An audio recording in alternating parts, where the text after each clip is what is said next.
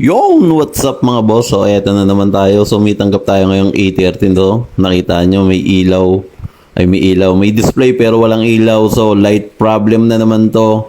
Itong Samsung A13. So, galing to sa Kako technician natin. So, pinasa sa atin. Pero, na-try na daw niya to ng ilang pirasong LCD. Still, ganun pa rin. Wala pa rin siyang ilaw. Pagkatapos niya mag-try ng bagong LCD, parang 3 yata yung sinubukan daw niya. Pero pare-parehas daw.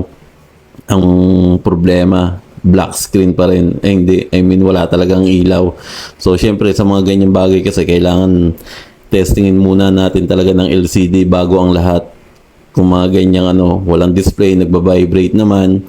Ito kadalasan sa Samsung to, medyo nagiging sakit talaga ng Samsung to eh. Simula sa mga A10 hanggang A12, ito A13. Ayan, siyempre baklasin muna natin yung mga camera. At re-recta na nga tayo dyan sa sa may light part sa may coil. Ayan, bubuksan natin yan. Tapos medyo ikakat natin yung yung cover na yan. Yung plate cover na yan. So ayan, gamitan natin ng mini grinder siyempre para doon lang tayo magbubukas sa parts ng ng ilaw. Ayan. Mas mainam talaga yung may ganitong mini grinder kasi dati baklas talaga lahat yan. Ayan, unti-unti nating tanggalin. At ayan na nga bumungad sa atin. Yan, nakita nyo kaagad yung pinakang coil niya is ayan, may sunog. So, pumutok yan. Siyempre, ang gagawin natin dyan, papalitan natin yan. Pero, ang naging dahilan ng pagkasunog niyan, bakit pumutok yung coil na yan, is may isang dahilan yan, may shorted na capacitor dyan. Yun ang naging dahilan kung bakit siya pumutok. Kasi may shorted na capacitor, so naapektuhan itong coil. So, ang gagawin natin dyan, papalitan natin at papalitan din natin yung isang capacitor na nag-shorted kasi pag hindi mo pinalitan yun, pag nilagyan mo ng bagong coil, uusok at uusok pa rin yan.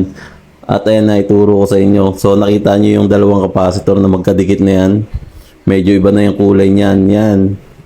Yan ang yan yung shorted. Shorted siya, kaya pumutok tong yung coil. Kaya kailangan nating palitan din yung capacitor na yan. Babaklasin natin. Patungan muna natin ng bagong lumang coil. Hindi, galing sa mga scrap board natin yan. At tanggalin natin yung cups na yan. Kasi kung hindi mo papalitan yan, puputok at puputok pa rin yung ikakabit nating coil eh. Ayan. Mas maganda kasi pagkapalit mo ng coil, kung hindi mo nakita, tester mo muna eh. Kasi minsan talaga nagiging problema, may shorted na capacitor, kaya pumuputok yung coil, yung light coil. Yan, palitan natin. Yan yung kasi, ayan yung dahilan kung bakit nasunog yung coil. So, ayan nakita nyo yung tinanggal nating capacitor. Check natin yung sa bandang ilalim, may makikita kang itim. Ayan, nakita mo, di ba? Nakita nyo may itim. So, ayun ang naging problema. Nag-shorted yan, kaya nadami si coil. Kaya pumutok din yung coil. Kaya pag ganyan, minsan, pagkapalit mo ng coil, kailangan mong i-tester kasi minsan ganyan talaga nangyayari. Ang may dahilan yan si capacitor, kaya pumuputok yung coil. So, yun lang, Siyempre, napalitan na natin. Siyempre, iti-testing na natin yan. Siyempre, ano pa bang gagawin natin dyan? At yun nga, okay na tong unit na to. Kaya maraming salamat dun sa Kako technician nagpapasa sa atin. At maraming salamat din siyempre sa inyo sa walang sawang pagsuporta, panonood, pag-share, pagko-comment ng aking mga video. Salamat sa mga nagtitiwala at sa mga magtitiwala pa. So, shoutout sa lahat na nagpapi-shoutout dyan. Hindi na natin maisa-isa. Ayan.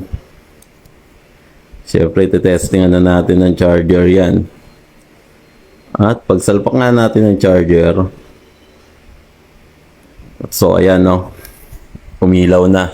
Lumabas na yung ebidensya. So, okay na tong unit na to from Kotek. Salamat.